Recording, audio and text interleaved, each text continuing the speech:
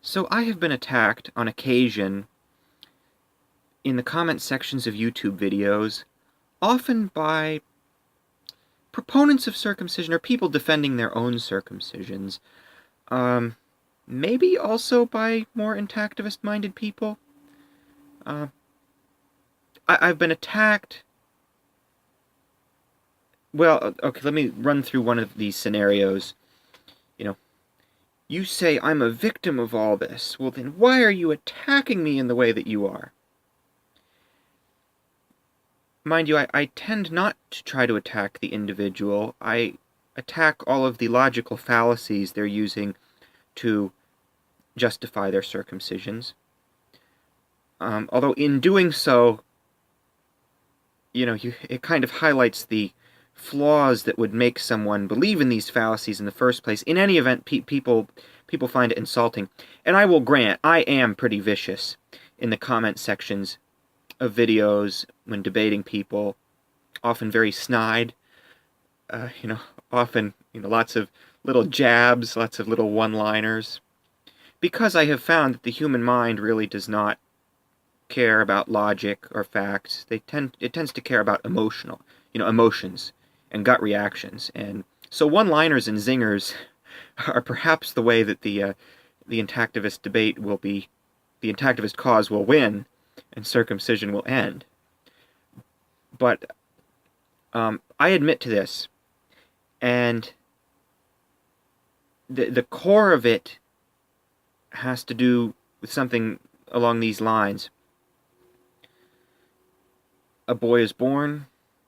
In the example I'm giving, okay, he is circumcised, strapped to a board, and has part of his penis cut off. He goes through childhood, early, toddlerhood, infancy, toddlerhood, early childhood, prepubescence, and pubescence, and somewhere around that time, late childhood, prepubescence, and pubescence, although even into his teenage years, somewhere along the line, he learns of circumcision.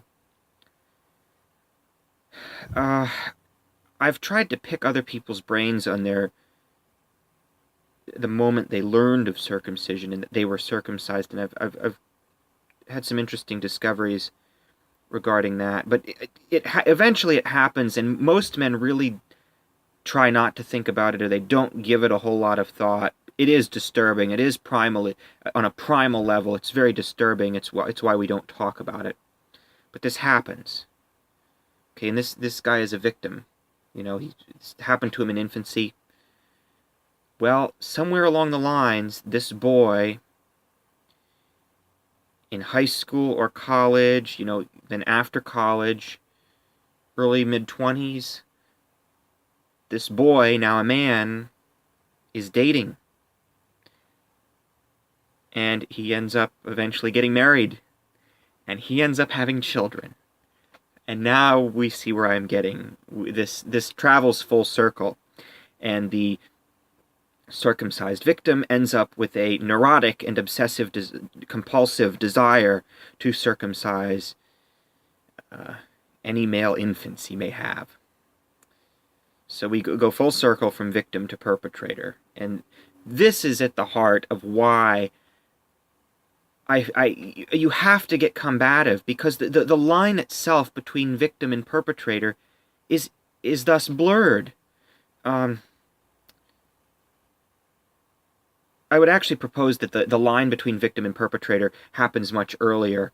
It doesn't just happen when the guy has a kid and tries to circumcise him.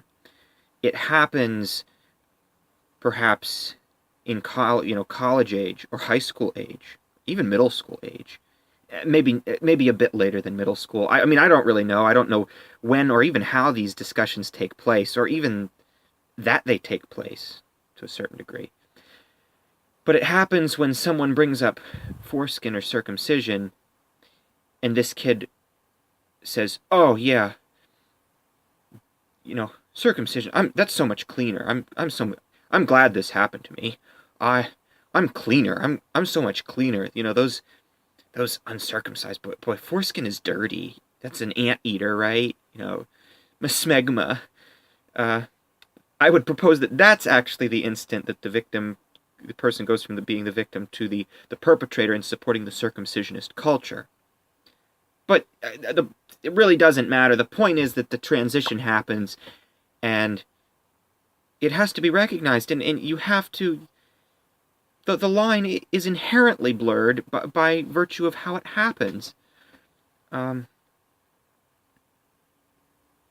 I will also propose that the same thing happens to women. I mean, granted, it doesn't literally happen to them, but they interpret it by proxy, right?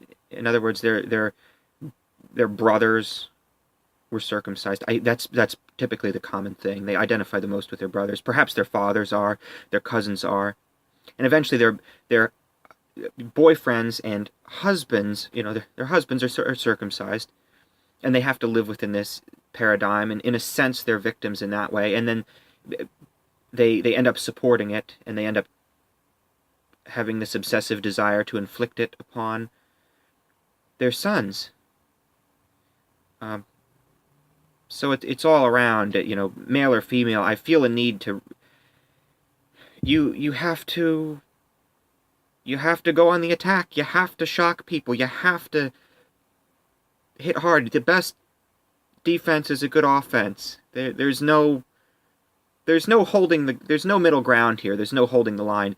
You have to attack. You have to attack viciously. The line between victim and perpetrator is blurred, but we have to work to end circumcision. So that's my take on this issue, and that's my response to the claim that I'm a little too angry and I attack a little too viciously in the comment sections of videos and in my discussions with people. Thank you.